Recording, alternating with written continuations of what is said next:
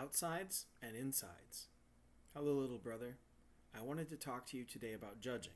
Specifically, I want to talk to you about the difference between how God judges and how the people around us in the world, who we're going to be living with for our whole lives, make their judgments.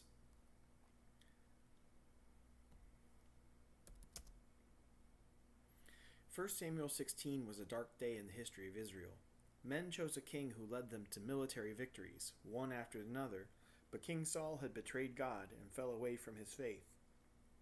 So, God sent the prophet Samuel to go and find the person who would be king after Saul. God led Samuel to a little country town named Bethlehem, which means house of bread in Hebrew. Saul went to the household of Jesse, and the first person he saw there was Eliab, King David's oldest brother.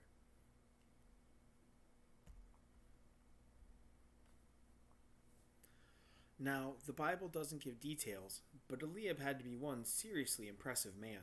Samuel took one look at him and thought, this has to be the one God will choose to rule over Israel. God corrected Samuel right away.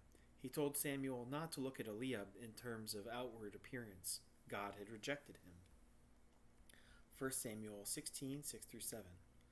When they came, he looked on Eliab and thought, surely the Lord's anointed is before him. But the Lord said to Samuel, do not look on his appearance or on the height of his stature, because I have rejected him. For the Lord sees not as man sees. The man looks on the outward appearance, but the Lord looks on the heart. Who did God choose in the end? Well, everybody knows this one. It was the teenage boy named David, who was left with all the crappy work tending the flocks while his big brothers came in to get tested for kingship. Ultimately, that teenage kid would be called the man after God's own heart. He would be a prophet, priest, and king. So I have two thoughts for you to take away from this little story about God choosing King David. The first one, I think, will surprise you. Looks do matter. Better looking people are more likely to get hired, they're more likely to have higher pay, and they're more likely to get raises. God said the people judge by outward appearance, and he is not wrong.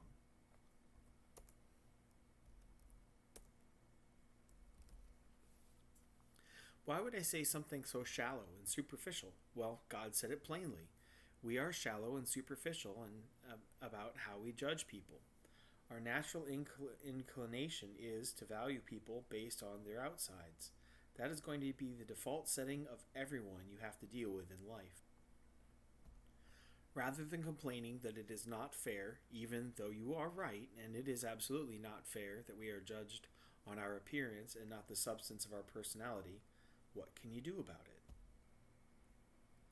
You are going to spend your whole life on earth dealing with people who are set by default to judge by the externals, so it is worth time thinking. It's worth.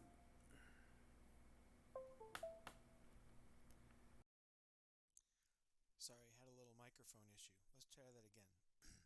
So it is worth thinking about how you can give them reasons to judge you favorably. How do you dress? How do you groom yourself? What steps do you take to keep your body presentable in fitness and other departments? Unpleasant fact number 1. Clothing and hairstyles are choices. I grew up when dinosaurs roamed the earth and rebellious kids had multicolored mohawks and black leather jackets with chrome spikes sticking out everywhere. Their choice in clothing said, I don't want to get along with you, and I challenge you not to accept me.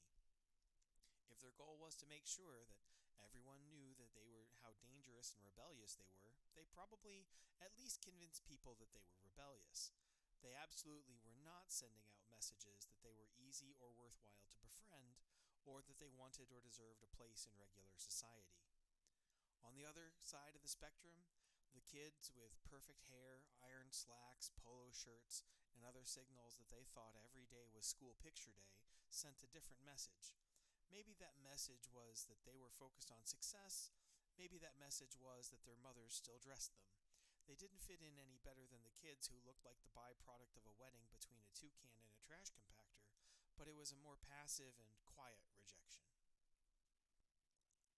I'm not saying this to dismiss one side rather than the other. People who used to have mohawk haircuts, guilty, should not point fingers, in my humble opinion. In my defense, I will state that my more extreme hairstyle choices took place when I was more likely to run into a bear than another human being while working as a canoe guide one summer. We are ultimately going to be held responsible by other human beings for the decisions we make about our appearance. If you are not super excited about shocking or offending people, then it is best to make decisions to dress in ways that are not shocking or offensive. I am not saying that you have to dress like an escapee from a brainwashing prep school or a refugee from a post apocalyptic juvenile detention center.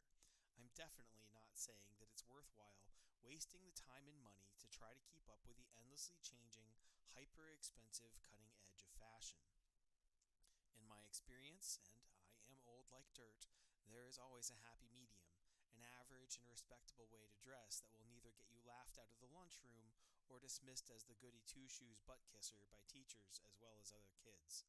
People being people, it is also worthwhile to recognize that if your style of clothing is the equivalent of putting a chip on your shoulder and daring people to knock it off, sooner or later, some testosterone poisoned young man is going to come around and try to knock it off.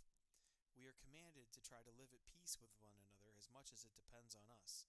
Clothing that says, "Fight me, I dare you," probably isn't obeying this commandment.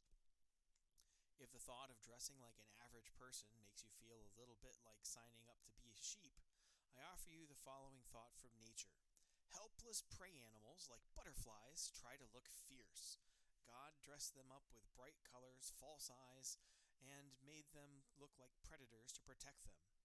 Deadly predators, strong herbivores, and the like all do their best to look like trees, bushes, and shrubs. Let folks who feel the need to pretend to be fierce and mighty spend their time and money puffing themselves up. The really strong folks don't need it. Of course, people judge you from all of your outside and not just with their eyeballs. If you are unpleasant to smell or touch, people are going to avoid you more than they might otherwise. So, remember to bathe and shave and wear clean clothes, no matter what style they are. People who are in good shape also look better than folks who are out of shape, so you will be treated a little better if you are in shape. It isn't just that people who exercise regularly live longer, deal with stress better, and get the benefit of the doubt from people who default to judging by the outside. You could do worse than have a cardio workout every day and do some strength training a couple of times a week. It strengthens your bones, makes your body nicer to look at, lowers your stress, improves your cholesterol. The benefits go on and on.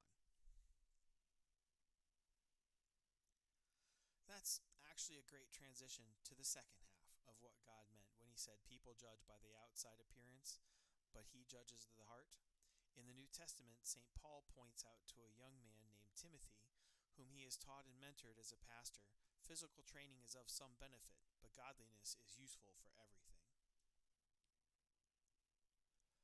Even if you were never popular, looked like a walking garbage heap, and smelled like a 5-day dead dog, it would still be more important to love and trust God than to have a single person approve of you. We do these little bits of self-maintenance like decent clothing, cleanliness, and fitness as a side project. They are tools to help us get closer to our neighbor, to love them better, because that is what God created us to do. It is way too easy to put people or popularity above God. It is simply impossible to please God without faith in Jesus Christ and what he has done for us. Interestingly enough, the more you study and understand God's love for you, in the Bible, are you reading it yet? The more tools you will have to love your neighbor, too. We'll get there in some later letters. For now, I think you get my point. People judge by outward appearances. Your looks and health really do have an impact on how your life will go. Even so, none of that compares to your relationship to God.